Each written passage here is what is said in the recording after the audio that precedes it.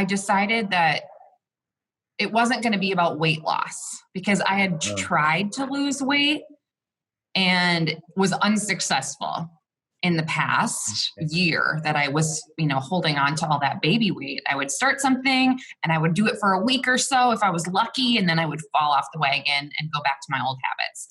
So I knew that I'm going to need to think about this differently. I can't keep trying the same thing, like, oh, the goal is to lose weight, and then I just keep failing at it. I need to change something.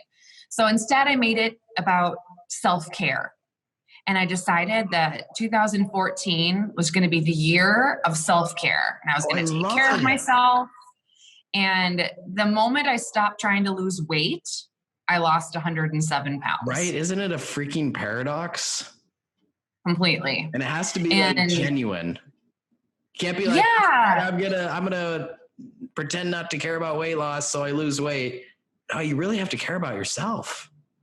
Right. And it's about the habits that instead of trying to fight all this old stuff that keeps creeping in, I'm going to build this new human being. And these are the new normals that I'm going to create in my life. I go to the gym. I eat healthy. I log my food. I drink 100 ounces of water every day.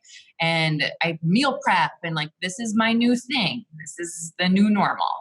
And over time, those things got much easier and they felt more natural, and it didn't feel like such a pull from who I was. It just became me. And the weight started to come off. And I realized if I just continue to do this most days, then, in 5 weeks from now, I'm going to be 10 pounds lighter because I'm losing 2 pounds a week. And so I just kept going. And I thought, I already know what it feels like to give up. I have given up hundreds of times. I have failed at this hundreds of times. But what would happen if this time I didn't quit? And it changed everything. Yeah. Changed your whole life. Yeah, it really did. And, within 3 months, I was down 30 pounds. 6 months later, I had lost about 50 pounds.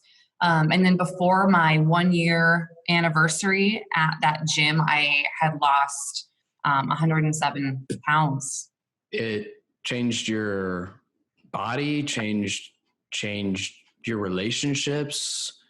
Before we kind of explore how your life changed, because it really did change a lot, how did you avoid perfectionism? It's really, really typical when someone is losing weight, especially with a history of anorexia. I imagine that it'd be like, oh my God, I didn't, I went over today, or I didn't do it perfectly, or I blah, blah, blah, like that internal critic that, too high standards leads to impossible. If it's impossible, you quit. How did you avoid that? How did you avoid that mentality of perfectionism? It's a huge mindset shift. And I had to essentially break up with that part of myself and stop the judgment, stop the limiting beliefs, stop all the negative thoughts that were coming into my brain. And it wasn't about being perfect. And at some point in my journey, it stopped being about being skinny. It stopped being about being thin, and it became about being strong.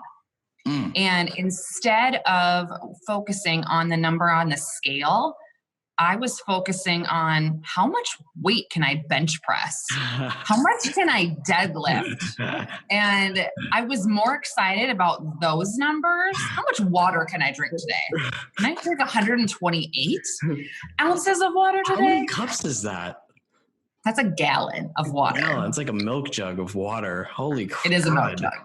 Wow. And so I started focusing on different things instead of, focusing on, if I woke up every day and weighed myself and was like 97 pounds to go, that would have been completely depleting and I would have given up. But instead, the focus wasn't on the scale as much as it was on being strong and focusing on different numbers to measure my success. I love it. I love it. And if you're trying to be strong, you can't be a little toothpick, thin, skinny, anorexic girl and be strong.